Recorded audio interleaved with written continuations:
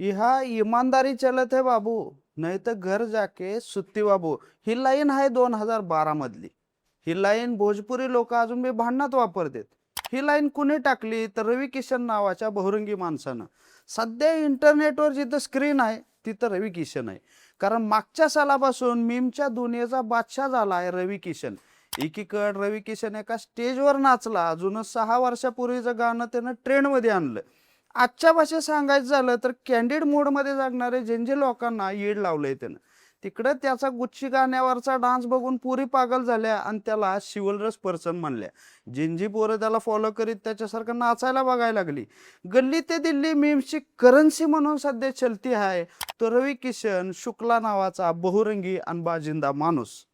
750 पेक्षा जास्त पिक्चर केलेला रवी किशन जेव्हा मागच्या वर्षी आयफा अवॉर्ड घ्यायला मंचावर गेला तेव्हा तो सपोर्टिंग ऍक्टर होता. पण तिथं बी त्याची एक लाईन फेमस झाली, ती म्हणजे सगळी इथं पळत आलेत.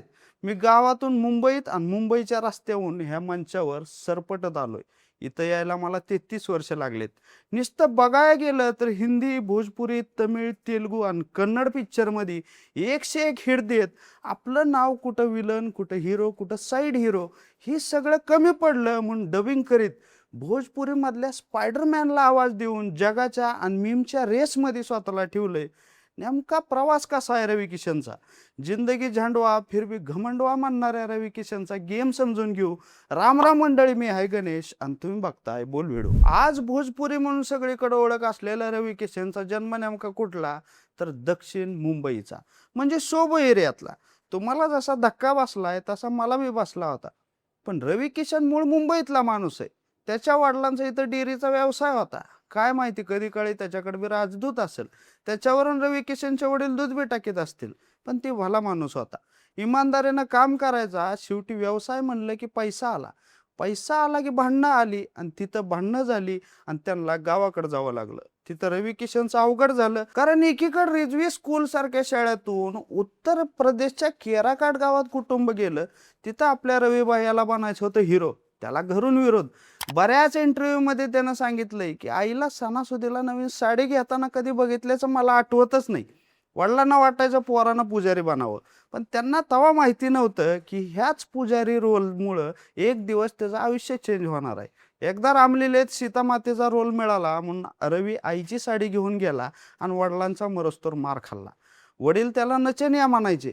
ज्या दिवशी मार खाल्ला त्या दिवशी आईनं हातावर टिकविलेले 500 रुपये घेऊन Ravi Kishan back to pavilion म्हणीत पोचला मुंबईत. मुंबई देशाच्या स्वप्नाची नगरी. तिथं असते प्रत्येक मोठा होणाऱ्या माणसाची एक 10 बाय 10ची खोली, त्यात राहायला जागा कमी आणि खायचे वांदे. खिशात पैसे नाहीत म्हणून रवी किशन पायी हिंडला. आता भाई सांगतात की डोळ्यावर पट्टी बांधली तरी मुंबईची गल्ली गल्ली मी सांगू शकतोय. आता रिडेव्हलपमेंटमुळं सांगता यायचं नाही ही वेगळी गोष्ट आहे, पण हाच तर आहे रवी किशनचा कॉन्फिडन्स. मुंबईत आला तेव्हा रवी किशन होता 17 वर्षाचा पोरगा. त्यात मुंबईत काम मिळवायसाठी त्याच्यासोबत कास्टिंग काउच झाल्याचा अनेकदा तो बोललाय. त्याच्यासोबत आलेले कित्येक हिरो बरोबर फिट झाले, पण रवी किशनचं बाशिंग बळ जरा जड होतं. 1992ला त्यानं हृदय शेट्टी नावाच्या आपल्या मित्राकडून पितांबरमध्ये डेब्यू केला, पण नशीब काय उजळलं नाही. 96 मध्ये श्रीदेवी आणि शाहरुख खान सोबत आर्मी पिक्चर मध्ये काम केलं, तरी बी काय मेळ बसला नाही. पण बाईनं आपल्या कोल्हापूरचं वाक्य डोक्यात ठेवलं, ती म्हणजे लावून धरलं की होतंय. मग त्यानं लावून धरलं, थिएटर केलं, उर्दू शिकला, ऍक्शन ट्रेनिंग घेतलं, करीत राहिला. 2003ला आला तेरे नाम. त्यात रवी किशन म्हणला पुजारी. वडिलांना वाटायचं पोरानं पुजारी बनावं, पण रवी किशन पुजारी बनला पिक्चरमध्ये. पिक्चरमध्ये आपल्या वडिलांचाच कुर्ता आणि त्यांचीच रुद्राक्षाची माळ घातली. शूटिंग संपलं, पिक्चर आला. चर्चा झाली ती म्हणजे सलमान खान आणि त्याच्यासोबत समजदार सालस असं काम करणाऱ्या रामेश्वर म्हणजे रवी किशनची. त्याला वाटलं आता तरी आपल्याला काम मिळेल. माणसाच्या आयुष्यात टर्निंग पॉईंट यायच्या आधी येत असतोय ती म्हणजे ब्रेकिंग पॉईंट. ती पॉईंट आला जेव्हा एका डबिंगचे 85,000 रवी किशनला मिळणार होते. पॉम्पॉम मध्ये त्यानं घरी फोन केला आणि सांगितलं गाण ठेवलेलं शेत सोडवून घ्या, मी पैसे पाठवितो. वायदा केला. जेव्हा काम संपलं, प्रोड्युसरला पैसे मागितलं, तेव्हा प्रोड्युसर म्हणला पैसे घे पण तुझा रोल कापतो. रवी किशन संपला, रडत बँडस्टँडवर गेला आणि शांत बसून राहिला.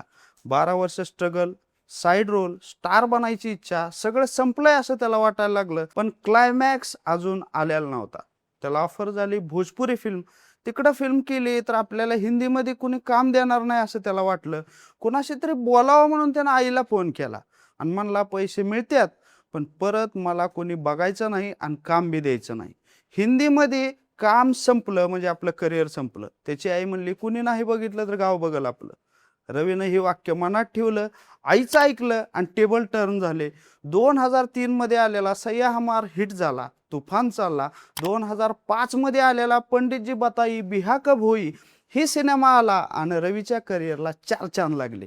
रवी किशन सुटला, असा सुटला की एका वर्षात 17 सिनेमात काम करीत होता. कधी 2, 3, 5 शिफ्ट हानीत त्यानं भोजपुरी फिल्म्स मेन हेडलाईनवर आणल्या. चिकार मार्केट हानीत रवी किशन आता सीनमध्ये आला होता. पण ह्यात त्याचं लग्न झालं, लेकरं झाली, तिकडे लक्ष द्यायला वेळ मिळाला नाही. त्याच्या अंगात अहंकार भरला आणि बायकोनं त्याला सांगितलं बिग बॉसमध्ये जा. आता मंडळीनं सांगितलं म्हणजे विषय संपला. बिग बॉसमध्ये टीव्ही नाही, दुसरं काय एंटरटेनमेंटचं साधन नाही. रवी ह्या नवीन शोच्या राड्यात पडला. ही रिस्क होती. चांगलं चाललेलं भोजपुरी करिअर त्यानं एका लाईनवर टाकलं होतं. आता गावागावात जिंदगी झंडवा फिरवी घमंडवा असं म्हणतात, ते रवी किशननं म्हणलेलं लाईन आहे बिग बॉस सीझन 1 मध्ये. बिग बॉस सीझन 1 मध्ये तो रनरअप झाला. भारतानं शो बघितला, रवी किशन बघितला, त्याला बोलवून आलं साऊथमधून. इथं सीन सुरू झाला मीमचा. कारण पहिलीच फिल्म ती अल्लू अर्जुन सोबत. आता ॲक्शन स्टार अल्लू अर्जुनचा वारा जरा वेगळा आहे, पण रेस गुरुम म्हणा नाहीतर आमच्यासारख्या साऊथच्या दिवाण्या लोकात लकी द रेसर नावानं प्रसिद्ध असलेला पिक्चर, त्यात गाजला तो शिवा रेड्डी म्हणजे रवी किशन. मेरा डोला नहीं आया डोलामध्ये कपाळाला पट्टी बांधून नाचणारा शिवा रेड्डी मीम दुनियेवर कब्जा आणला त्यानं आणि त्या कॅरेक्टरनं. अजून पण त्याला साऊथमध्ये शिवा रेड्डी नावानंच ओळखी देते. 2023 पर्यंत रवी किशन कन्नड, तेलुगू, तमिळमध्ये गाजला. त्यानं सुदीप किच्चा, रवी तेजा, रामचरण ह्यांच्यासोबत विलन म्हणून काम केलं. तिकडं भोजपुरी फिल्मचा अमिताभ बच्चन म्हणून ओळख असलेला रवी साऊथमध्ये मात्र विलन झाला. सगळंच कसं भारी नाही का? भारी झालंय आत्तापर्यंत. ह्या डोक्यात हवा जाऊन त्यानं खंडीवर चुका बी केल्या. त्यात गँग ऑफ वासेपूरमध्ये त्याला रोल ऑफर झाला, पण रवी म्हणला मला आंघोळीला 25 लिटर दूध आणि रोज झोपायला गुलाबाच्या पाकळ्या असलेलं बेड पाहिजे. आधीच कर्जबाजारी, त्याच्यात उसना आणला शेजारी, असल्या गतीत असलेला अनुराग कश्यप आपलं गप बसला. 2012च्या शो मध्ये लाईव्ह स्ट्रीमिंग मध्ये रवी किशन आणि मनोज तिवारी, दोन भोजपुरी स्टार्स एकमेकाशी शटअप म्हणत इंग्लिशमध्ये भांडली.